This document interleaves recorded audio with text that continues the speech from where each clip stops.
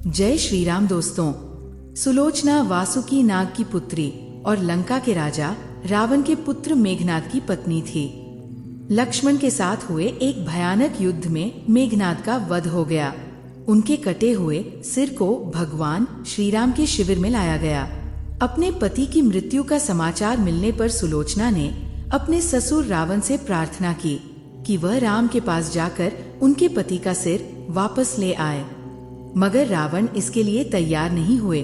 उन्होंने सुलोचना से कहा कि वो खुद ही राम के पास जाकर मेघनाद का सिर ले आए, क्योंकि राम उत्तम पुरुष है, इसलिए उनके पास जाने में तुम्हें जरा भी डरने की जरूरत नहीं है। रावण के महाबलशाली पुत्र मेघनाद को मारने की शपथ लेकर लक्ष्मण जिस समय युद्ध के मैदान में जाने के लिए तैयार हुए, तब राम ने उनसे कहा, लक्ष्मण, तुम रण में जाकर अपनी वीरता और कुशलता से रावण पुत्र मेघनाद को मार दोगे। मुझे इसमें कोई शक नहीं है, पर एक बात का खास ध्यान रखना कि मेघनाद का सिर जमीन पर बिल्कुल नहीं गिरना चाहिए, क्योंकि मेघनाद नारी के सम्मान का पालन करने वाला है और उसकी पत्नी परम पतिव्रता है। अगर ऐसी पवित्र स्त्री के पति का सिर धरती पर गिर गया तो हमारी सारी सेना नष्ट हो जाएगी और हमें युद्ध में जीत की उम्मीद छोड़नी पड़ेगी। लक्ष्मण अपनी सेना लेकर चल दिए। युद्ध भूमि में उन्होंने वैसा ही किया। युद्ध के दौरान अपने बाणों से उन्होंने मेघनाद का सिर काट लिया, पर उसे जमीन पर नहीं गिरने दिया। हनुमान वह सिर श्री राम के पास ले आए। मेघनाद की दाहिनी भुजा आसमान में उड़ती हुई उनकी पत्नी सुलोचना के पास आकर गिरी। सुलोचना हैरान रह गई। अगले ही पल बहुत दुखी होकर वो रोने लगी, पर उन्होंने उस भुजा को छुआ नहीं। उन्होंने सोचा, हो सकता है ये किसी और व्यक्ति की भुजा हो। अगर ऐसा हुआ तो मुझे पराये पुरुष को छूने का पाप लगेगा। सही बात जानने के लिए उन्होंने भुजा से कहा, अगर तू मेरे स्वामी की भुजा है तो मेरे पतिव्रत धर्म की शक्ति से युद्ध की सारी कहानी लिखकर बता दे। सुलोचना की दासी ने उस भुजा को कलम थमा दी। कलम ने लिख दिया, प्राण प्रिय, ये भुजा मेरी ही है। मेरा युद्ध श्री राम के भाई लक्ष्मण से हुआ। लक्ष्मण ने कई वर्षों से पत्नी, भोजन और नींद का त्याग कर रखा है। वे तेजस्वी और सारे धार्मिक गुणों से भरे हुए हैं। युद्ध में उनके सामने मेरी एक न चली।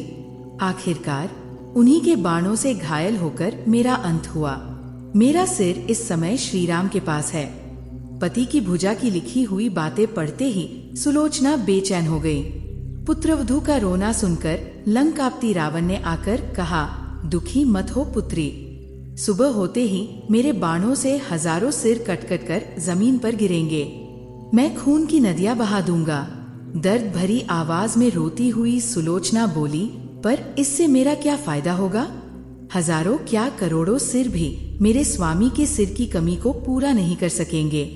सुलोचना ने ठान लिया कि उन्हें अब सती हो जाना चाहिए, मगर पति का शव तो राम की सेना के पास था। ऐसे में वह सती कैसे होती? जब उन्होंने अपने ससुर रावण से अपनी इच्छा बताते हुए पति का शव मंगवाने के लिए कहा, तब रावण ने जवाब दिया, देवी, तुम खुद ही राम की सेना के पास जाओ और अपने पति का शव ले आओ। जिस समूह में बाल ब्रह्मचारी हनुमान, सबसे ज्यादा संयमी लक्ष्मण और एक पत्नी धर्म का पालन करने वाले भगवान श्री राम मौजूद हैं, वहां तुम्हें जाने से डरना नहीं चाहिए। मुझे पूरा भरोसा है कि ये महान पुरुष तुम्हें निराश होकर नहीं लौटाएंगे। सुलोचना के आने की खबर सुनते ही श्री राम खड़े हो गए और खुद चलकर सुलोचना के पास आए और बोले, देवी, तुम्हारे पति दुनिया के सबसे बड़े योद्धा और पराक्रमी थे। उनमें बहुत से अच्छे गुण थे, पर किस्मत की बात को कौन बदल सकता है? आज तुम्हें इस हाल में देखकर मेरे मन में पीड़ा हो रही है। सुलोचना भगवान की तारीफ करने लगी। श्री राम ने उन्हें बीच में रोकते हुए कहा, देवी, मुझे शर्मिंदा न करो। पतिव्रता की महानता असीम है, उसकी शक्ति की कोई तुलना नहीं है। मैं जानता हूँ कि तुम सबसे पवित्र सती हो। तुम्हारे सतीत्व से तो पूरी दुनिया भी कांपती है। बताओ कि मैं तुम्हारी किस तरह मदद कर सकता हूँ? सुलोचना ने आंसू भरी आंखों से प्रभु की ओर देखा और बोली, हे राघवेंद्र, मैं सती होने के लिए अपने पति का सिर लेने यहाँ आई हूँ। श्री राम ने जल्दी ही पूरे सम्मान के साथ मेघनाद का सिर मंगवाया और सुलोचना को दे दिया। पति का कटा हुआ सिर देखते ही सुलोचना का दिल बहुत पिघल गया। उनकी आंखें तेजी से बरसने लगी। रोते रोते उन्होंने पास खड़े लक्ष्मण की ओर देखा और कहा, सुमित्रानंदन, तुम भूल कर भी घमंड मत करना कि इन्हें आपने मारा है। मेरे स्वामी को जमीन पर गिराने की ताकत दुनिया में किसी के पास नहीं थी। ये तो 2 पतिव्रता स्त्रियों का भाग्य था।